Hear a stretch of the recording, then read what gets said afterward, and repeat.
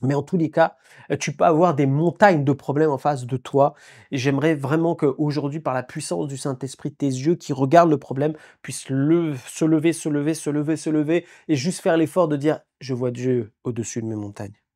Fais-moi confiance. Plus ta montagne est haute, plus tu vas voir ma gloire. Mon frère, ma sœur, prépare-toi à la gloire de Dieu dès aujourd'hui». Et j'aimerais vraiment que tu sois rassuré aujourd'hui dans ton cœur et que tu puisses voir que Jésus-Christ a déclaré que tout pouvoir lui a été donné sur la terre comme au ciel et ça ne change pas. Il a tout pouvoir en toutes choses. Bien, bonjour à tous et à toutes, content de vous retrouver encore aujourd'hui. Le psaume 121, versets 1 à 2. Cantique des degrés, je lève mes yeux vers les montagnes. D'où me viendra le secours? Le secours me vient de l'Éternel qui a fait les cieux et la terre. Amen. Sans vous le cacher, c'est un de mes psaumes préférés. J'aime beaucoup ce psaume parce que c'est un vrai tableau où j'imagine le psalmiste en train de dire: «Je suis débordé par plein de problèmes, c'est comme une montagne qui est devant mes yeux. Où est-ce que je vais trouver le secours?» Et tout d'un coup, il lève les yeux au-dessus des montagnes et il dit: «Mais je lève les yeux vers celui qui a créé toutes choses, les cieux et la terre lui appartiennent et c'est lui qui domine toutes mes montagnes. Lui ne change pas, il est tout-puissant». Il est celui qui est élevé pour l'éternité et il voit du haut des cieux comment les choses se passent dans ma vie et il va encore intervenir. Plus mes montagnes sont hautes comme l'Everest, plus lui va les abaisser et la gloire de Dieu va rejaillir.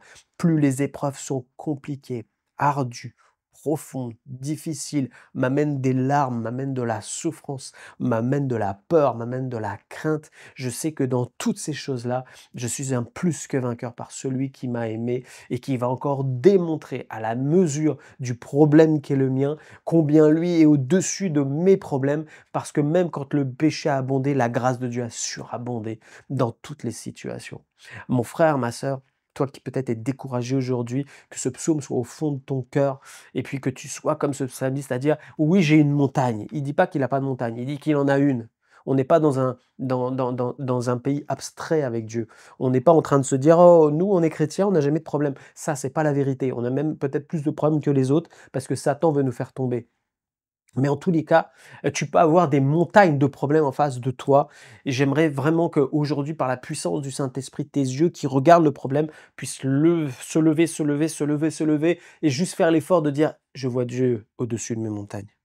Et quand tu vois Dieu au-dessus des montagnes, il y a quelque chose qui se passe dans ton cœur, c'est qu'il y a la paix de Dieu qui vient te rassurer automatiquement. Et tu te dis: «Je suis au contrôle.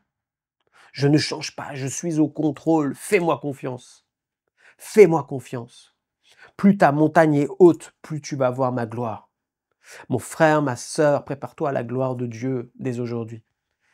Glorifie Dieu et comme dirait, eh bien, c'est Jacques qui dit comme quoi, eh bien, les épreuves de notre vie, c'est une joie pour nous et on comprend pas. On se dit: «Mais comment tu peux te réjouir, d'avoir une épreuve?» Oui, parce qu'en fait, c'est une joie complète dans le sens que ça va produire quelque chose d'excellent derrière. Oui, c'est dur. Oui, c'est un temps difficile, mais après ce temps-là, va venir quelque chose d'excellent pour ta vie et le psalmiste est en train de le dire là.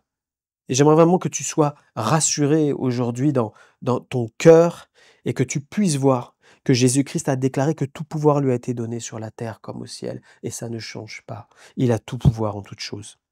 Mais j'aimerais m'arrêter sur le psaume 121 à la suite du texte.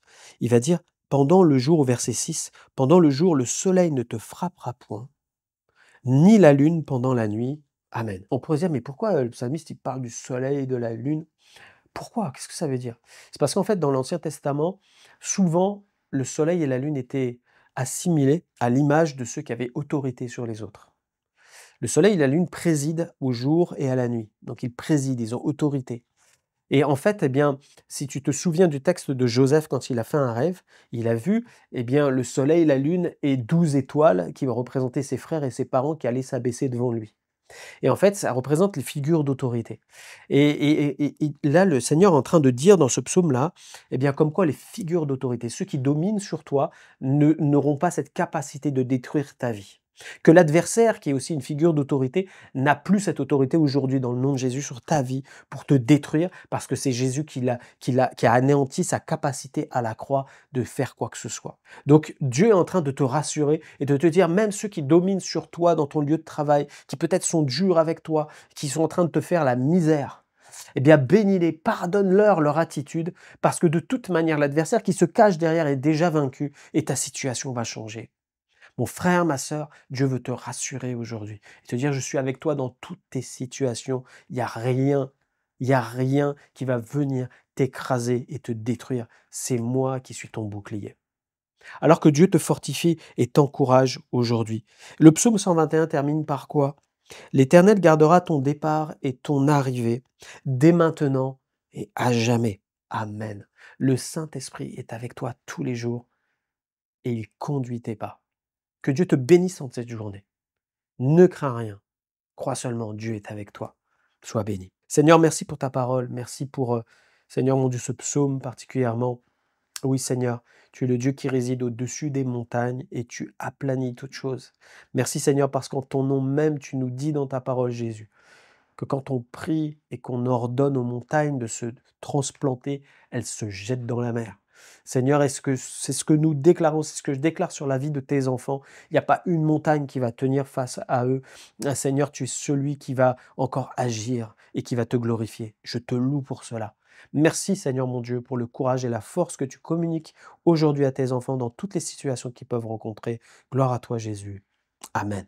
Que Dieu vous bénisse. On se retrouve la prochaine fois.